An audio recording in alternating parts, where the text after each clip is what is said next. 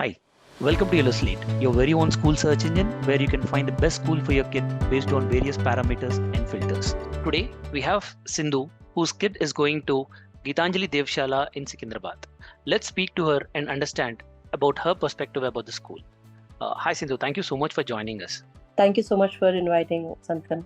Before we go into the actual crux of the interview, can you tell us your overall opinion about Gitanjali Devshala? Overall, basically, it is within the city. It has a very good ground. So the main point I, kept my child in that school is by seeing the extracurricular activities, and it has a good ground which is really accessible. It's not so far because these days, if we want some ground, those schools are really far. You can't find them in the city center. So that's the reason I thought the atmosphere. The school building is not that fancy. It's like old school kind of a thing. The old school benches, like what I experienced in my childhood, the same thing. It's not anything fancy, but I heard the education here is a little more, student oriented, academic oriented. No more other, deviations at all. So my whole agenda before joining my kit is only by looking at the sports, and also like she'll be having a good academic exposure. So that was my orientation before joining. Yeah, tell me. And if we have to talk only about the fee structure, how much are you paying, and can you also let us know which class is your kid going to? She is in third standard. Fee structure is somewhere 1.4 we have been charged, and everything is extra. They do not provide anything. For everything we need to pay, like books and uniform everywhere we need to pay. So that's, I'm not about complaining, but any other thing you have to pay. Nothing is included. So 1.4. And So usually what are the other extra charges that school expects from a parent? They ask for, like, if the child is choosing a hobby, you need to pay for the hobby, or if your child is choosing, that is within the academic or this, like, it is not that outside the school timings she is going to, or she's going to choose one hobby. It's not that. That is anyways extra chargeable. But within the school timing, the period they have for hobby period, for that also they will charge us extra. And for any other project, they will charge you like some amount. They'll Can ask you tell us how much you is the hobby charge? How much do they charge for picking up a hobby? It's 3,300 one hobby, and 3,500 one hobby, and 2,000 is one hobby. And the basic problem is they do not have a good coordination.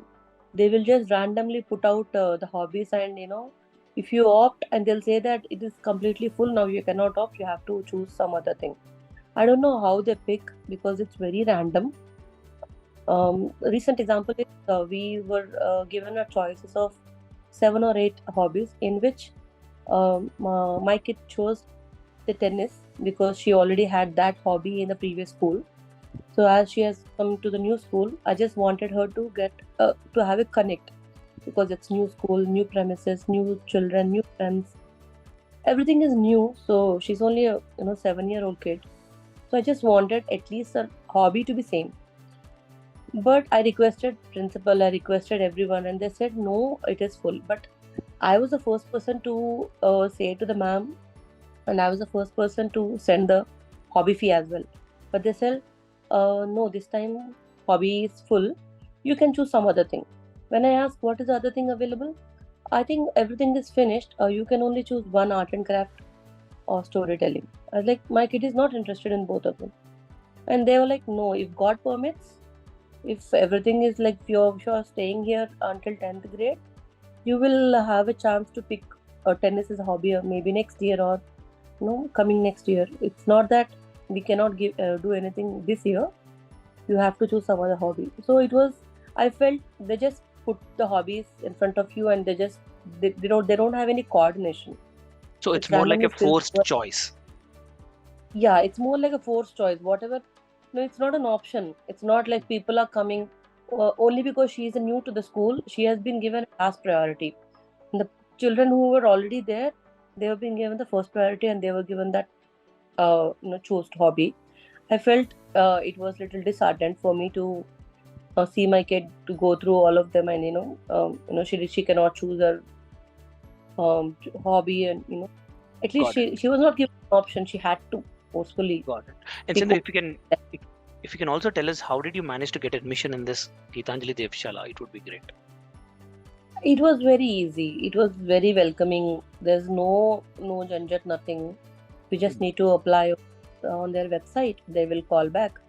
So they said for me they'll call back in 1 week, but I literally waited for 2 weeks because I was opting for other schools. So there is a process going on there. So I was not sure whether I'm going to get a seat in that schools or not. So meanwhile, as an option, I picked here and I got it in 2 weeks. Got it. So And it's a big problem here. got it.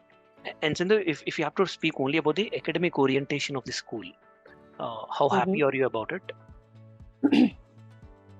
I would say I am not happy. I'm not happy in the sense this is a big word to say, because there are many factors which made me say this. As a parent, we see academic thing, like how the child is going through the academic thing, how they are picking up, how the class teacher or just teachers are concentrating on your kid, how they are. No, it's a burden on the parents. They just dump everything on the parents. And there is a group wherein class teacher will dump everything on that group.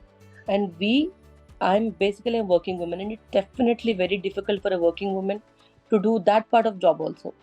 So suppose today, they had some class of social science. So they've dictated some question and answers, or they have written on the board. Kids some people copy, some people may not copy. So immediately they say that today complete the class lesson 2 notes in social. And I need to ask, many times I asked madam to post in the group at least the question and answers so that kid can copy.